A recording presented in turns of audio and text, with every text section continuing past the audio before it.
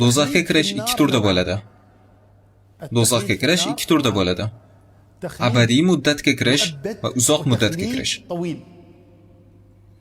Yagona Allohga ibodat qilgan inson, Allohdan o'zga iloh yo'qligiga va Muhammad sallallohu alayhi va sallam uning elchisi va bandasi deb iymon keltirib, shunda vafot etgan inson, bizning zamonimizda bo'lsin yoki Nabiy alayhisalom zamonidami, muvahhid inson do'zaxga kirmaydi.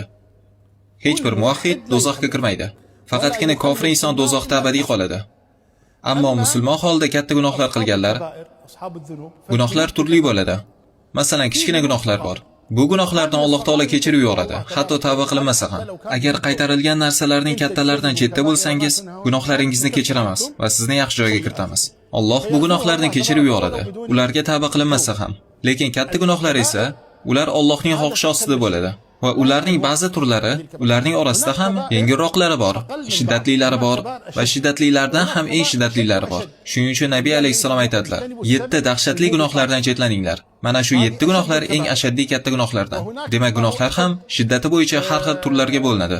Agar shunday bir gunohlar bo'lsa-ki, ularni qilganlarga nisbatan do'zax bilan tahdid qilingan bo'lsa, mana shular gunohlarning eng kattalari bo'ladi. Mana shu gunohlar uni do'zaxga olib kiradi. Masalan, hadisda aytilishicha, kim zahar ichsa, u uning qo'lida bo'ladi va do'zaxda ham uni ichadi va u do'zaxda kirib u yerda qoladi. Va ba'zi rivoyatlarda u do'zaxga kirib u yerda doimo qoladi qo'shimchasi bilan kelgan. Bunda u do'zaxda juda ham uzoq muddatga qolib ketishini anglatadi. U yerda abadiy qolib ketishini anglatmaydi. Jahannamda kofirlardan tashqari hech kim abadiy qolmaydi.